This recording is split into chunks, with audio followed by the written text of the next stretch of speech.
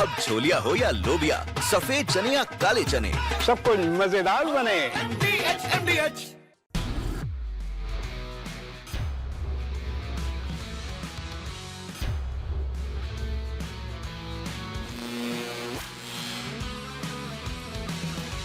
नमस्कार, स्पोर्ट्स 9 में आप सभी का स्वागत है। मैं हूं शिवेंद्र, मेरे साथ हैं मेरी सहयोगी अंकिता। और आईपीएल में अब वो सब कुछ देखने को मिल रहा है जो एक्सपेक्टेड नहीं था। मुंबई की टीम लगातार जीतती आ रही थी, जीत का छक्का लगा चुकी थी, उसको हार का सामना करना पड़ा। बारिश की वजह से किस तरह से एक लो स्कोरिंग मैच ही कहा जाएगा, उसका रिजल्ट निकला।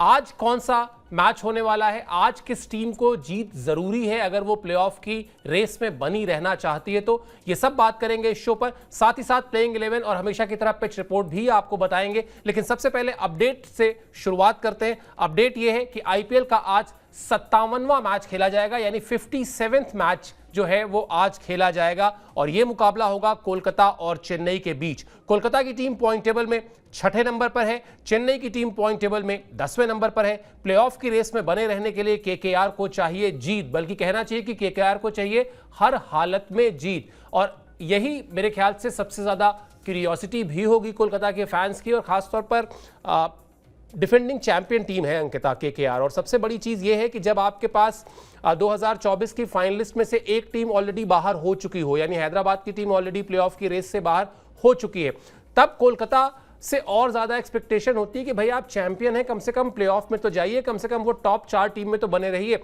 बाकी जीतना ना जीतना बात की बात है। कोलकाता पर जीत का दबाव भी होगा और यही शायद उसका मकसद भी होगा कि हर हालत में जीत हासिल की जाए।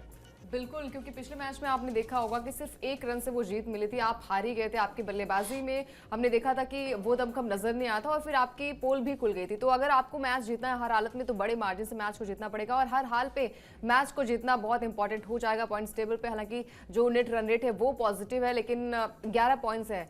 11 पॉइंट्स में आपके पास ये है कि भाई आपको एक बड़े अंतर से मैच को जीतना चाहिए। और हर बार हमने देखा है कि भाई केकेआर की टीम, जो कि आप डिफेंडिंग चैंपियन है, और वो अगर टैग आपको मिल गया है तो फिर आपको हर मैच में अच्छा करना पड़ेगा, उम्दा प्रदर्शन आपको करने की। हर बार हम कहते हैं ना कि चूक जो है, एक चूक बहुत भारी पड़ सकती है। और जैसे जैसे आईपीएल के आगे मैचेस बढ़ते जाएंगे और जो निचले क्रम की टीम होती है ना, वो बहुत खतरनाक हो जाती है। चेन्नई की टीम को भले ही पिछले मैच में हार मिली थी, लेकिन आपका गेम जो है वो बिगाड़ सकती है। तो केकेआर को एक अच्छा स्टार्ट करना पड़ेगा, चाहे वो गेंदबाजी की बात हो, चाहे बल्लेबाजी की बात हो। ओवरऑल प्रदर्शन जो है वो मैटर करता है। आज के मैच में अपने मैच को बचाना बहुत ज्यादा इंपॉर्टेंट हो जाएगा, क्योंकि चेन्नई की टीम तो पहले ही बाहर, सबसे पहले ही प्लेऑफ की रेस से बाहर हो गई है, तो वो गेम को बिगाड़ेगी। लेकिन बचाना टीम के हाथ में कि केकेआर की टीम कैसा प्रदर्शन करती है। बिल्कुल, और केकेआर की टीम को अब इस जिम्मेदारी को उठाना होगा कि चेन्नई अगर कोई उलटफेर करने का प्रयास करती भी है तो उससे बचा जाए, उसके पलटवार से बचा जाए। अब कहानी 10 मैच के बाद के जो मैचेस होते हैं ना, वो हाईवे पे गाड़ी जब आप चलाते हैं ना, उस तरह का मामला होता है, जहां थोड़ी सी भी चूक हुई तो मामला गड़बड़ हो जाता है। बहुत सावधान रहना होगा। केकेआर के पास है वो सारा मटेरियल है जो जीत के लिए जरूरी होता है, उस तरह का प्लेइंग 11, उस तरह का स्क्वाड है उसके पास। बस अपने इरादों में और अपने खिलाड़ियों में उस एकजुटता को दिखाना होगा जो जीत के लिए जरूरी होती है। चलिए अब तक बताते हैं आपको। कोलकाता ने 11 मैच खेले। अगला अपडेट जो है उसमें देखिए, आपको ये जानकारी भी हम दिखा रहे हैं। केकेआर के खाते में 5 जीत है, 5 हार है। एक मैच उसका बारिश की भेंट चढ़ गया था और इसीलिए यहां पर जो अंकों की संख्या है वो 11 है, क्योंकि 10 अंक मिले उसको 5 जीत से, और 1 अंक मिला वो जो मैच बारिश की वजह से रद्द हुआ था वहां से। इससे उलट चेन्नई की बात कीजिए, 11 मैच खेल चुकी है चेन्नई की टीम और चेन्नई के खाते में सिर्फ 2 जीत और 9 हार है। मतलब ये आंकड़े कई बार चौंकाते भी हैं, क्योंकि चेन्नई की टीम इस लीग के इतिहास की सबसे कामयाब टीम रही है। चेन्नई की टीम को जब इस सीजन की शुरुआत में ऋतुराज गायकवाड़ के हटने के बाद महेंद्र सिंह धोनी ने संभाला तो ऐसा लगा कि वो मिडास टच, वो अनहोनी को होनी करने वाले धोनी कुछ ना कुछ कमाल कर देंगे, लेकिन हुआ कुछ नहीं। चेन्नई की टीम मैच दर मैच अपने परफॉर्मेंस में गिरावट ही दिखाई दी और अब तो चेन्नई की टीम दूसरे मोड में जा चुकी है, जहां पर अगर आप उसके फैसले देखेंगे तो आप साफ तौर पर यह कह सकते हैं कि अब कहानी जो है वो 2025 की है ही नहीं। अब चेन्नई की टीम 2026 की तैयारियों में लगी है और इसीलिए वो कई नए खिलाड़ियों को आजमा भी रही है। आगे इस पर भी बात करेंगे, लेकिन वही बात है अंकिता जो हम पहले कह रहे थे कि हम तो डूबेंगे सनम, तुमको भी ले डूबेंगे वाली कहानी है। चेन्नई का परफॉर्मेंस जैसा है, और क्या मैं सही कह रहा हूं, अगर मैं गलत कह रहा हूं तो आप बिल्कुल करेक्ट कीजिएगा। मैंने जितना इस सीजन में चेन्नई की टीम को देखा, उस परफॉर्मेंस में ना गिरावट ही आई। मतलब ऐसा हुआ ही नहीं पूरे सीजन में कि कहीं पर आप शुरुआत के 4-5 मैच छोड़ दीजिए जहां सैंपल साइज बहुत छोटा था, 5 मैच में आप क्या ही एक निष्कर्ष निकालेंगे। लेकिन अब जब टीम 11 मैच खेल चुकी है, तब आप कह सकते हैं कि वो ग्राफ जो है वो नीचे की तरफ ही आता गया। लगातार हर मैच के साथ आप कभी क्लोज जाकर हारे, कभी आप एक तरफा मैच हारे, लेकिन परफॉर्मेंस में कोई बहुत ड्रास्टिक चेंज, कोई ड्रास्टिक पॉजिटिव चेंज कम से कम मुझे नहीं दिखाई दिया। बिल्कुल, आपको क्या मतलब हर क्रिकेट प्रेमी को लग रहा होगा कि भाई वो दमखम, वो बाउंस बैक जो अपने नाम के मुताबिक, अपने जो परफॉर्मेंस के मुताबिक, या फिर हम कहते हैं ना कि 3 ट्रॉफी इस टीम के पास मौजूद है, उसके मुताबिक भी उन्होंने एक बार भी अपने आप को बाउंस बैक नहीं किया। इस मैच में, इस लीग में वो नजर ही नहीं आ रही थी। हर एक मैच में चलिए पिछला मैच जो था आरआर के साथ खेला गया था, 1 रन से वो जीत मिली थी, वहां पर भी हमने देखा था कि वो दमखम नजर नहीं आ रहा था। वो स्टार्ट अच्छा नहीं मिल पाया था, फिर आपके मिडिल ऑर्डर में 1-2 बल्लेबाज चल जाते, तो एक हम कहते हैं ना कि भरोसा, ट्रस्ट जो है वो किसी एक प्लेयर्स पर बन ही नहीं पा रहा है। स्टार्ट अगर आपको अच्छा नहीं मिलेगा तो डेफिनेटली आपकी टीम कोलैप्स हो जाएगी, और केकेआर के साथ वही हो रहा है। तुक्के में अगर आप मैच को जीतते हैं, 1 रन से आप मैच को जीतते हैं, तो मेरे हिसाब से वो टीम गेम नहीं होता है, वो आपका लक भी होता है कि भाई उस दिन आपका लक था तो आप चल गए। अदरवाइज अगर ओवरऑल प्रदर्शन की बात करें तो स्टार्टिंग में जैसा खूंखार बल्लेबाजी और गेंदबाजी जो है वो केकेआर की हमने 2024 में देखी, वो गेंदबाजी, बल्लेबाजी और वो पूरी टीम यूनिट जो है वो नजर नहीं आ रही है, वो दमखम देखने को नहीं मिल रहा है। और इसीलिए केकेआर की टीम कोलैप्स हुई है, क्योंकि जब उनका टॉप ऑर्डर नहीं चलेगा, जो सबसे बड़े तुरुप के होते हैं। अभी तक हमने हैदराबाद के लिए भी वही देखा कि भाई 2024 में ट्रेविस हेड, अभिषेक का तूफान आया था, और 2025 में यही 2 खिलाड़ियों का प्रदर्शन जो है वो अगर मैच में नहीं चला तो मैच का रुख ही बदल गया था। टीम जो है वो कोलैप्स हो गई थी, और हमने देखा भी है कि भाई प्लेऑफ के रेस से बाहर हो गई है। तो अगर आप अच्छा प्रदर्शन नहीं करेंगे, स्टार्ट अच्छा नहीं मिल पाएगा, तो आपकी टीम जो है वो कहीं ना कहीं बाहर जाएगी, और ये आप ही डिसाइड कर पाएंगे कि आपको कितनी अपनी बल्लेबाजी में दमखम दिखाना है, बल्लेबाजी के साथ साथ गेंदबाजी में, और फिर ओवरऑल प्रदर्शन आपको करना पड़ेगा। पंजाब की टीम को आपने देखा कि भाई नंबर 5 पर भी पहुंच गई थी, लेकिन अब देखिए बाउंस बैक किया और एक टीम यूनिट के साथ खेला कि भाई अगर बल्लेबाजी कोलैप्स हो जाती है, अगर आप लो स्कोरिंग मैच को डिफेंड कर लीजिए, तो ये बहुत ही मतलब गुड साइंस है टीम के लिए कि भाई आपने ओवरऑल अच्छा प्रदर्शन किया।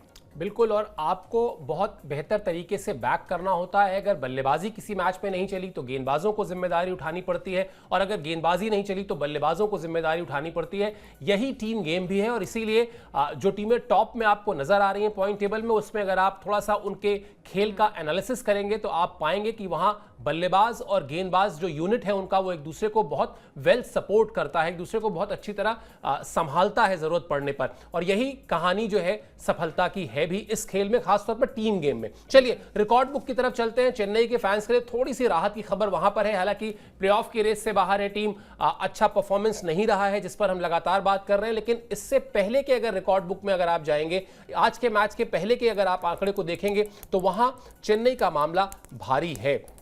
दोनों टीमों के बीच अब तक 31 मैच खेले गए हैं, यानी 31 मैचेस जो है वो खेले गए हैं। 19 मैच में जीत हासिल की है चेन्नई ने, और 11 मैच में कोलकाता नाइट राइडर्स को जीत मिली है। दोनों टीमों को एक दूसरे के खिलाफ 200 रन से ज्यादा बनाने का तजुर्बा है, यानी लीग के इतिहास में ऐसे मैचेस हुए हैं जहां पर दोनों टीमों ने एक दूसरे के खिलाफ 200 रन बनाए हैं। तो जो हमेशा सबसे अच्छा साइन होता है वो होता है कि साहब अगर 200 से ज्यादा रन बने तो कहीं ना कहीं ये मैच जो है वो फैंस के लिए बड़ा अच्छा मुकाबला होने वाला है, क्योंकि फैंस को मजा आने वाला है। प्लेइंग 11 की बात कर लेते हैं। चलिए अगले अपडेट पे आते हैं और उसके बाद थोड़ा सा डिस्कशन करते हैं। हालांकि दोनों ही टीमों में प्लेइंग 11 को लेकर कोई बहुत ज्यादा सस्पेंस या बहुत ज्यादा कश्मकश की स्थिति है नहीं। कोलकाता के लिए मैच क्रूशियल है, वहां पर प्लेइंग 11 लगभग तय है। सुनील नरेन और आंद्रे रसेल से खास प्रदर्शन की उम्मीद होगी, जो हमेशा रहती है। कप्तान अजिंक्य रहाणे को बल्ले से दम दिखाना ही होगा, क्योंकि उनको एक स्टेटमेंट भी देनी है। उनको डिफेंडिंग चैंपियन टीम की कमान सौंपी गई है, और वो भी नहीं चाहेंगे कि ये टीम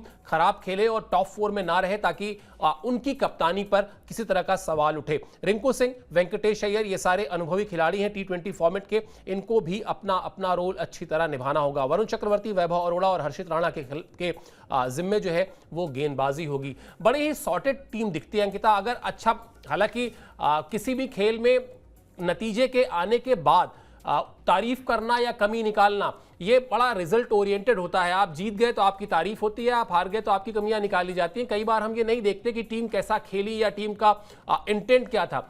इसी तरह से अगर बात की जाए तो अभी जीत और हार से अलग अगर वैसे कोलकाता की टीम देखी जाए या कोलकाता का प्लेइंग 11 देखा जाए तो बड़ा सॉर्टेड प्लेइंग 11 है। मतलब एक T20 मैच को जीतने के लिए आपको जो जो चाहिए, अच्छे गेंदबाज चाहिए, मिडिल ऑर्डर में कुछ ऐसे अनुभवी बल्लेबाज चाहिए जो पारी को संभालें, और ऊपर की तरफ टॉप ऑर्डर में आपको चाहिए एक ऐसा बल्लेबाज जो हर तरफ मैदान के शॉट्स खेलने की काबिलियत रखता हो। अब अगर इन तीनों कसौटियों पर आप टीम को मतलब परखेंगे तो आप पाएंगे कि कोलकाता के पास वो सब कुछ है जो जीत के लिए चाहिए होता है, लेकिन वो मैदान पर देखने को नहीं मिल रहा है। तो जैसे आपने कहा कि क्यों नहीं नजर आ रही है, अगर आप 2023 का वर्ल्ड कप उठाकर देख लीजिए, हर एक डिपार्टमेंट में टीम इंडिया ने बहुत ही बेहतर प्रदर्शन किया था और बाद में टीम हार गई। उसके बावजूद भी टीम ने की तरफ से और जो फैंस थे उन्होंने कहा कि आपने दिल जीता, आपने बहुत बढ़िया क्रिकेट खेला। तो आपकी टीम में वो दमखम होना चाहिए। जैसे कि हमने कहा कि पंजाब की टीम को आप देख लीजिए, उनकी गेंदबाजी, उनकी बल्लेबाजी, ओवरऑल प्रदर्शन काफी बेहतरीन जो है वो टीम का देखने को मिला। और टॉप ऑर्डर की बात करें तो गुजरात का आप टॉप ऑर्डर उठाकर देख लीजिए, वहां पर भी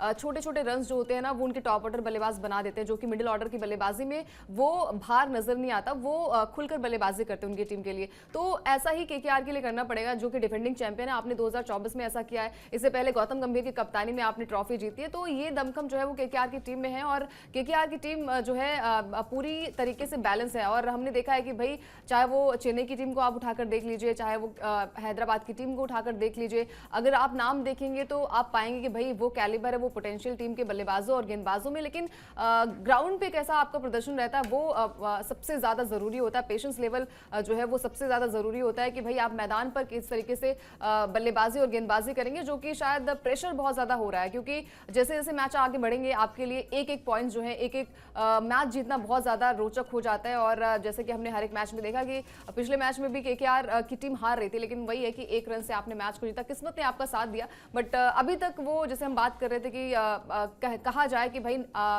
नाम तो बड़े बड़े हैं, लेकिन अभी तक वो नाम बड़े जो है वो दर्शन जो है वो छोटे ही नजर आ रहे हैं।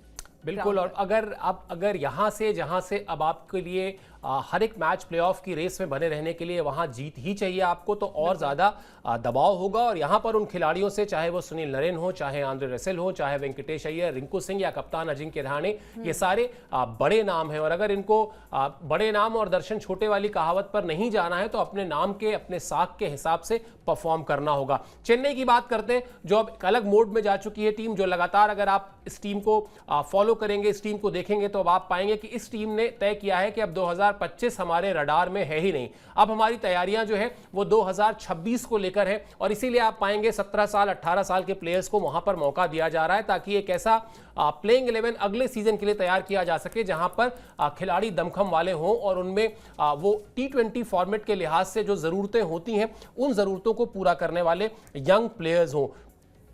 कहानी इसीलिए है कि अगले सीजन की तैयारियों के मद्देनजर सीएसके का जो फैसला है उसमें चाहे आप शेख रशीद की बात कर लें, चाहे आयुष महात्रे की बात कर लें, चाहे अंशुल कंबोज को नाम ले लें, ये सारे खिलाड़ी ऐसे हैं जिनको मौका दिया गया है। और आज के मैच में भी उर्विल पटेल नाम के खिलाड़ी हैं जिनको मौका मिल सकता है। इनको अभी तक डेब्यू नहीं कराया गया है, लेकिन ये टीम में रखे गए हैं। और जिस तरह की सोच के साथ, जिस तरह की अप्रोच के साथ चेन्नई ने पिछले कुछ मैचेस में नए खिलाड़ियों को मौका दिया है, वहां पर माना जा रहा है कि उर्विल पटेल को आज मौका मिल सकता है। पाथिराना, खलील अहमद, सैम करन के लिए जिम्मेदारी संभालने की, गेंदबाजी संभालने की जिम्मेदारी होगी उनके पास। ये भी चेन्नई का एक मतलब प्रूवन सारे प्लेयर्स हैं, अच्छे प्लेयर्स हैं बॉलिंग में, लेकिन वो अभी तक उस तरह से क्लिक नहीं किए हैं जो कहानी इस टीम की नाकामी की वजह भी बनी है। मेरे ख्याल से ये अप्रोच ठीक भी है अंकिता। अगर आप जानते हैं कि 2025 में अब कुछ नहीं हो सकता है और 2026 के लिहाज से भी अगर आप देखें तो इस टीम को एक समय तो डैडी आर्मी कहा ही जाता था ना भाई।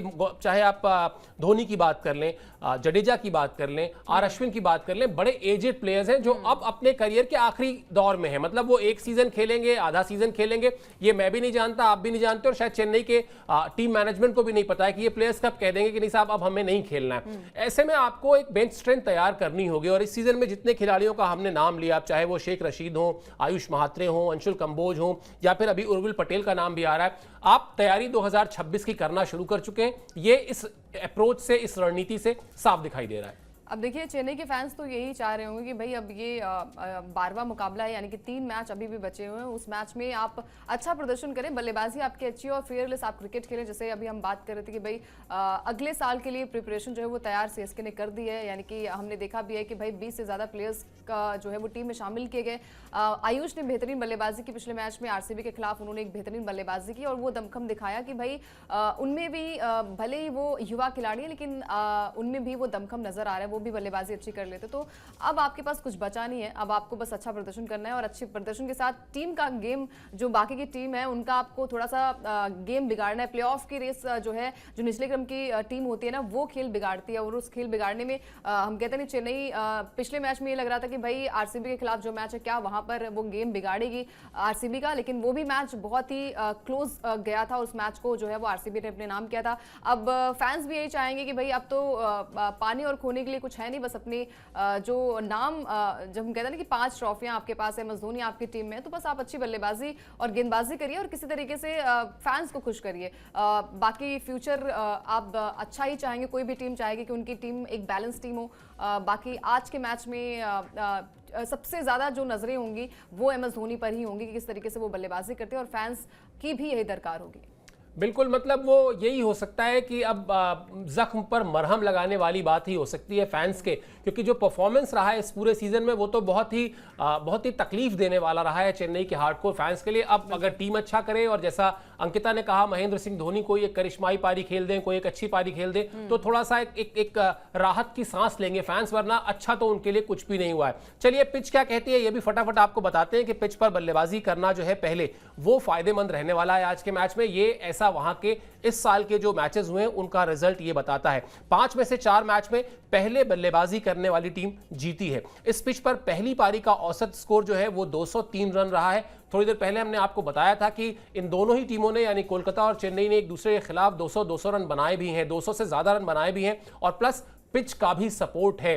तो इसलिए शायद ये कहा जा सकता है कि फैंस के लिए पैसा वसूल मैच होगा और वहां पर अगर चेन्नई की टीम कुछ अच्छा करती है, धोनी कुछ अच्छा करते हैं, तो उनके लिए एक जख्म पर मरहम वाली कहानी होगी और कुछ कम से कम अंत भला तो सब भला की कहावत पर कुछ तो जाएगा, कुछ तो चेन्नई के फैंस को भी मिलेगा, वरना वो इस सीजन में अपने आप को बड़ा ही ठगा हुआ महसूस कर रहे हो, क्योंकि जिस तरह की परफॉर्मेंस टीम की रही है उस पर कोई खुशियां तो कतई मना नहीं सकता है। चलिए आगे बढ़ते हैं शो में और अब बात कर लेते हैं अपने आज के क्विज की, जहां पर एक बहुत ही बेहद ही आसान सा सवाल हम आपसे पूछते हैं और उस सवाल का जवाब देकर आपके पास होता है इनाम जीतने का मौका, बशर्ते आप 3 लकी विनर्स में शामिल हो। क्या है आज का सवाल ये भी आपको बताएंगे और साथ ही साथ बताएंगे क्विज में हिस्सा लेने का तरीका क्या है। सवाल ये कि आईपीएल 2025 में चेन्नई से जुड़ने वाले सबसे नए खिलाड़ी कौन है। ऑप्शन आपके पास 4 है, रचिन रविंद्र, उर्विल पटेल, खलील अहमद, इनमें से कोई नहीं। ऑप्शन आपके पास 4 है और सही जवाब देने वाले 3 प्रतिभागियों को आकर्षक पुरस्कार दिया जाएगा। ज्यादा जानकारी के लिए लॉगिन कर लीजिए www.tv9hindi.com। अब बात करते हैं बीती रात के मैच की, जहां पर मुंबई का विजय रथ जो है वो रुक गया। मतलब पहले 5 मैच में सिर्फ 1 जीत 4 हार, उसके बाद लगातार जीत का 6 यानी 6 जीत और उसके बाद 1 हार। तो ये बड़ा एक अलार्मिंग साइन भी होता है एक बड़ी टीम के लिए। मुंबई की टीम इस लीग के इतिहास की सबसे कामयाब टीम है, उसके लिए अलार्मिंग साइन है कि आपने हार के साथ शुरुआत की थी, फिर आप जीत की पटरी पर आए और फिर आपको 1 मैच में हार मिली है। आप जितनी जल्दी इस हार के सदमे से बाहर निकल जाएं, जितनी जल्दी जीत की पटरी पर वापस आ जाएं, उतनी जल्दी आपका नाम जो है वो टॉप 4 की जो लिस्ट है उसमें कंफर्म हो जाएगा और साथ ही साथ ये भी कंफर्म हो जाएगा कि आप खिताब की रेस में बने हुए हैं, क्योंकि आप प्लेऑफ की रेस में है। क्या रहा मैच में यह आपको बताते हैं। गुजरात ने मुंबई को 3 विकेट से हराया। डकवर्थ लुइस नियम से इस मैच का फैसला हुआ। मुंबई ने 8 विकेट पर 155 रन बनाए थे। डकवर्थ लुइस में गुजरात को 147 रन का लक्ष्य मिला था, जो लक्ष्य गुजरात ने हासिल किया और इस तरह से गुजरात की टीम को एक शानदार जीत मिली और मुंबई की टीम के लिए एक खतरे की घंटी बजी। अब इस घंटी को कितनी जल्दी हार्दिक पांड्या सुन लेते हैं या इस घंटी की आवाज कितनी देर तक गूंजती है उनके कानों में, सब कुछ इसी बात पर तय करता है। मुंबई का भविष्य जो है इस सीजन में 2025 में, उसके लिए शायद ये हार बहुत क्रूशियल है। बिल्कुल, क्योंकि बारिश की वजह से ये लग रहा था कि शायद मैच रद्द किया जाएगा और एक एक पॉइंट दोनों ही टीमों को मिल जाएंगे, लेकिन बारिश ने भी कहा कि नहीं, थोड़ा मजा चखाते हैं और थोड़ा और मैच को आगे बढ़ाते हैं। और मैच जब आगे बढ़ा तो एक ओवर में 15 रन चाहिए थे, जहां पर राहुल तेवतिया जो कि आरआर के लिए भी खेल चुके हैं और आपको पता है कि भाई मैच को कैसे जिताना है। अभी तक वो अंदाज जो है वो राहुल तेवतिया का देखने को नहीं मिला, लेकिन कहते हैं ना कि हीरो आप बन सकते हैं, मतलब एक मैच आपको हीरो बना सकता है। वो मैच बहुत ही क्रूशियल था, जहां पर शायद ये फैसला थोड़ा सा गड़बड़ हो गया था। एक बॉल पर 1 रन चाहिए था और वो थ्रो अगर लग जाता तो शायद ये मैच जो है वो मुंबई के खाते में आ जाता, बट कोई नहीं, ये मैच बेहद ही रोमांचक हुआ। कुछ मैचेस ऐसे होते हैं जो कि सांसें थम जाती हैं, ये मैच सांसें थमा देने वाला था और बारिश की वजह से मैच रुक रहा था। और जब मैच रुकता है तो सामने चाहे गेंदबाज हो चाहे बल्लेबाज हो, थोड़ी देर के लिए वो डिस्ट्रैक्ट होता है और उसकी वजह से आप मैच में बने रहते हुए भी मैच गवा देते हैं। हमने देखा भी है कि स्टार्टिंग जो है वो गुजरात की काफी अच्छी मिल गई थी, विकेट्स नहीं मिल रहे थे, लेकिन वो आपको पता है कि मैच में सिर्फ एक ऐसा खिलाड़ी है जिसे मतलब गॉड भी कहा जाता है, दर्जा दे दिया जाना चाहिए, जसप्रीत बुमराह। मतलब वो मैच में आते हैं, मैच बन जाता है और जब आपको पता होता है कि सामने वाली टीम जीत रही है तो आप बुमराह को बुलाइए और बुमराह जो है वो विकेट लेकर दिलाएंगे। हालांकि ये मैच जो है वो आपको बचाना चाहिए था, क्योंकि पॉइंट्स भी इंपॉर्टेंट है। नेट रन रेट भले ही बेहतर आपका, लेकिन एक पॉइंट जो है वो अगर आप कम हो जाएंगे तो फिर आपके लिए दिक्कतें पैदा हो जाएंगी। मुंबई के साथ भी वैसा ही हुआ। अब आगे के जो मैचेस बचे हैं वहां पर मुंबई की टीम को अच्छा करना होगा और डेफिनेटली 2 मैच बचे हैं, पंजाब और दिल्ली के साथ मैच खेला जाएगा, जो वहां पर आपको हर हाल में 2 मैच जीतना पड़ेगा अपने आप को प्लेऑफ के लिए क्वालिफाई करने के लिए। बिल्कुल, और दोनों ही टीमें पंजाब और दिल्ली इस वक्त लीग की अच्छी टीमों में उनकी गिनती है। इस वक्त इन दोनों ही टीमों के फैंस में, इन टीमों के खिलाड़ियों में वो सपने चल रहे हैं कि भैया इस बार तो ट्रॉफी हमको जीतनी है, और मेहनत इन दोनों टीमों की तरफ से भी शानदार तरीके से हो रही है। तो वहां अब और ज्यादा सतर्क रहने की जरूरत है मुंबई के लिए। रही बात जसप्रीत बुमराह की, तो निश्चित तौर पर उन्होंने एक समय को तो ऐसा लगा कि मुंबई की तरफ वो बाजी को पलट देंगे, और जिस तरह से ट्रेंट बोल्ट उनका साथ दे रहे थे गेंदबाजी में, वाकई बड़ी शानदार गेंदबाजी हुई। लेकिन अगर इस मैच में कुछ गड़बड़ हुआ तो वो मुंबई की बल्लेबाजी। दिखाइए मुंबई की बल्लेबाजी का जो अपडेट, ताकि समझ में आए कि किस तरह से बल्लेबाजी में टीम ने एक तरीके से बेरंग परफॉर्मेंस किया। दोनों सलामी बल्लेबाज जो है वो सस्ते में आउट हो गए। रियान रिकल्टन सिर्फ 2 रन बनाकर आउट हुए, रोहित शर्मा भी 7 रन बनाकर आउट हो गए, तिलक वर्मा ने बनाए 7 रन, हार्दिक पांड्या ने बनाए 1 रन और नमन धीर ने बनाए 7 रन। तो बल्लेबाजी जो है वो बिल्कुल नहीं चली। अगर बल्लेबाजी थोड़ा भी बेहतर हुई होती तो संभवतः यहां पर बोलर्स कुछ कर सकते थे, लेकिन रन कम थे। लड़ाई लड़ी गेंदबाजों ने मुंबई के, लेकिन बावजूद इसके वो जो नतीजा था वो उनके फेवर में नहीं गया। सबक बड़ा सीधा है अंकिता, कि आपको रन्स तो करने पड़ेंगे। अगर आप चाहते हैं कि आप क्रूशियल मैचेस में आपको जीत मिले, तो आपको स्कोरबोर्ड पर कम से कम इतने रन जोड़ने होंगे कि आपके गेंदबाजों के पास वो मौका हो कि वो विरोधी टीम को ढकेल सकें बैकफुट पर। वरना फिर यही होगा कि कुछ एक दो अच्छे ओवर होंगे, मैच थोड़ा डावाडोल होगा, हो सकता है आपके पक्ष में आ भी जाए, लेकिन अल्टीमेटली जो टीम थोड़ा सा संतुलित होकर खेलेगी वो जीत लेगी, जैसा गुजरात ने किया। यानी सबक यह है, रन जोड़िए, बगैर रन जोड़े कुछ नहीं होने वाला। बिल्कुल, और आई थिंक थोड़ी सी गलती जो है वो पांड्या से भी हो गई। एक ओवर में उनके 11 जो रन्स थे ना, वो भी बहुत ज़्यादा, अब एक रन्स जो है वो सामने वाली टीम के हक में जाता है, और ये गलती जो है वो पांड्या की तरफ से हुई। एक ओवर में 11 जो गेंद थी उन्होंने फेंक डाली, जिसकी वजह से ये मैच भी कहीं ना कहीं दिक्कतें पैदा हुई मुंबई के लिए। बहुत बड़ा टोटल नहीं था चेस करने के लिए, बारिश की वजह से मैच रुका और रुक कर रन्स भी बन रहे थे, और एक तरफ ऐसा लग गया था कि भाई अब ये मैच जो है वो मुंबई के हाथ में चला गया। मतलब जब आपको पता होता है कितने कम टोटल आपके पास है और कैसे आप डिफेंड कर पाएंगे, उसके लिए भी आपके गेंदबाजों ने अच्छा प्रदर्शन किया। ट्रेंट बोल्ट ने बढ़िया विकेट लिए, और गिल जब सेट हो गए थे तो बुमराह ने उन्हें आउट किया। उसके बाद अश्विनी ने भी अच्छी गेंदबाजी की। तो ओवरऑल गेंदबाजों ने कोई भी गलती नहीं की। अब भाई जब आप बल्लेबाजी नहीं कर पाएंगे, जब आपके टॉप ऑर्डर नहीं चल पाएंगे, थोड़े से रन और बन जाते। बारिश की आशंका हमने कल के वीडियो में भी बताई थी, कल के शो में भी हमने डिस्कस किया था कि बारिश हो सकती है। अगर आपको बल्लेबाजी पहले मिले तो आपको पता है कि वानखेड़े बहुत बड़ा ग्राउंड नहीं है, आप वहां पर अच्छे हिट्स लगा सकते हैं। जब आपके स्टार्टिंग में विकेट्स गिर जाते हैं तो फिर आपके लिए दिक्कतें पैदा हो जाती है। पावर प्ले का सही तरीके से आपने इस्तेमाल नहीं किया। खैर, अब ये सीख जो है वो पांड्या को लेनी पड़ेगी। 2 मैच डेफिनेटली आपको बड़े अंतर से जीतना पड़ेगा, बड़े अंतर से नहीं, फिर भी अगर आप जीतते हैं तो, क्योंकि नेट रन रेट आपका बेहतर है, तो आप प्ले ऑफ के लिए क्वालिफाई कर सकते हैं। उसके लिए आपको मैच को जीतना बेहद इंपॉर्टेंट हो जाएगा। यहाँ से कोई भी टीम नहीं चाहेगी, जो भी टॉप 4 में टीमें होंगी, हर कोई यही चाह रहा होगा कि भाई एक मैच अगर आप हारे तो आप दहलीज तक पहुंचते पहुंचते उससे बाहर निकल जाएंगे। इससे अच्छा है कि आप अभी से तैयारी शुरू कर दीजिए अपनी बल्लेबाजी को लेकर। खासकर रोहित शर्मा 2 मैच में चले, उसके बाद उनका बल्ला खामोश हुआ, क्योंकि आपको पता है कि आपकी ताकत जब बल्लेबाजी है, मतलब जो ताकत तो ओवरऑल दोनों ही कॉम्बिनेशन काफी अच्छा है, लेकिन जब आपको पता है कि ऊपर से रन बनते हैं तो आपको खुलकर बल्लेबाजी करनी चाहिए, जो कि रोहित की तरफ से नहीं हुई। बाकी टीममेट्स का भी साथ नहीं मिला और ये मैच जो है मेरे हिसाब से गुजरात ने भी काफी अच्छा प्रदर्शन किया, जिसकी वजह उनको ये इनाम भी दिया गया। बिल्कुल, और गुजरात की गेंदबाजी बहुत शानदार रही, उस पर ही हम बात भी करने वाले थे। जहां पर आपने कहा कि गुजरात की तारीफ करनी होगी, तो तारीफ करनी होगी वहां के गेंदबाजों की। वहां की कहानी क्या रही गेंदबाजी में? उन्होंने 6 गेंदबाजों को आजमाया और सभी गेंदबाजों को विकेट मिले। बहुत कम ऐसा होता है कि अगर एक मैच में 6 बॉलर्स बॉलिंग कर रहे हो तो सबको जो है वो विकेट मिले, लेकिन इस मैच में ऐसा देखने को मिला। सिराज और प्रसिद्ध कृष्णा, यानी वो 2 गेंदबाज जो लगातार अच्छा कर रहे थे टीम के लिए, वो थोड़े महंगे साबित जरूर हुए, लेकिन ओवरऑल अगर आप देखेंगे तो बहुत ही शानदार बॉलिंग एफर्ट रहा। सिराज ने 9.66 की इकोनॉमी से रन दिए, प्रसिद्ध कृष्णा ने 9.25 की इकोनॉमी से रन दिए, और इन दोनों ही गेंदबाजों को आप कह सकते हैं कि थोड़ा महंगे साबित हुए, लेकिन राशिद खान ने 4 ओवर में 21 रन देकर 1 विकेट लिया। और इस तरह से जो पूरा का पूरा कलेक्टिव अगर आप देखेंगे एफर्ट, वो नजर आया बॉलिंग यूनिट की तरफ से, और इसीलिए इस टीम ने मुंबई के खिलाफ ना सिर्फ जीत हासिल की बल्कि उसको सस्ते में रोकने में कामयाब रही। शुरुआत अच्छी नहीं रही थी, अगला अपडेट दिखा दीजिए। शुरुआत अच्छी नहीं रही थी गुजरात की भी, लेकिन वहां पर उन्होंने खराब शुरुआत के बाद भी खुद को संभाला।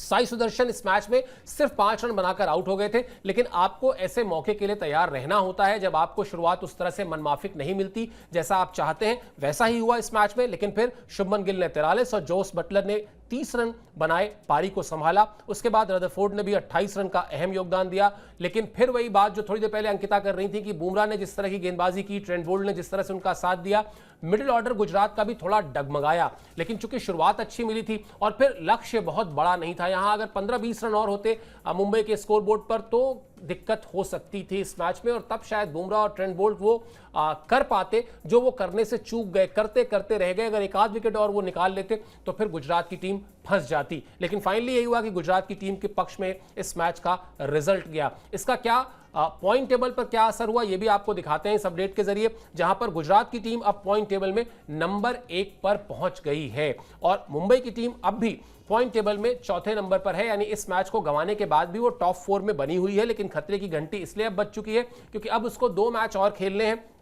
और 18 अंक तक उसके पास जाने का मौका है। गुजरात की टीम जबकि 22 अंक तक जा सकती है क्योंकि 16 पॉइंट ऑलरेडी उसके पास हो चुके हैं और अभी उसके 3 मैचेस बाकी हैं। तो बड़ा ही शानदार, ये भी देखना बड़ा दिलचस्प होगा कि क्या पॉइंट टेबल में कोई टीम 22 तक जाती है। ये पॉइंट टेबल में टॉप 5 टीमें जिन पर हम हमेशा बातचीत करते हैं वो भी आपको दिखा देते हैं। गुजरात टाइटंस 16 अंक, आरसीबी के पास भी 16 अंक हैं और इन दोनों ही टीमों के पास मौका है कि ये दोनों ही टीमें 22-22 पॉइंट तक जा सकती हैं। बड़ा दिलचस्प हो जाएगा पॉइंट टेबल का ये गणित अगले कुछ मैचों के साथ। और मुंबई इंडियंस अभी जैसा हमने कहा कि इस हार के बाद भी 4थे नंबर पर है, लेकिन नजर दिल्ली कैपिटल्स की टीम पर भी होगी क्योंकि दिल्ली कैपिटल्स जो है उसके 3 मैचेस बाकी हैं, यानी उसके पास 19 अंक तक जाने का मौका है। तो यही सारी उठापटक जो है वो आपको देखने को मिलेगी अगले कुछ मैचेस में और इसीलिए जो मैचेस हैं वो बड़े इंटरेस्टिंग होते जाएंगे और धीरे धीरे जो मतलब जिसको कहते हैं ना सांसें रोक देने वाली पॉइंट टेबल, ये बड़ी दिलचस्प हो जाएगी। और टॉप 4 की लड़ाई तो हमेशा की तरह जैसा होता भी है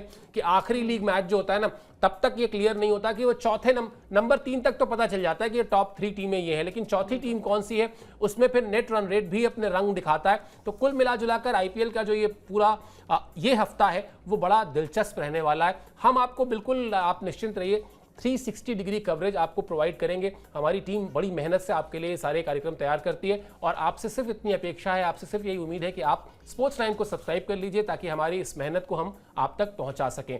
आपका कोई सुझाव है वो भी जरूर दीजिए और इस शो पे आप हमसे जुड़े इसके लिए मेरी तरफ से, अंकिता की तरफ से और हमारी स्पोर्ट्स टीम की तरफ से बहुत बहुत शुक्रिया और आभार।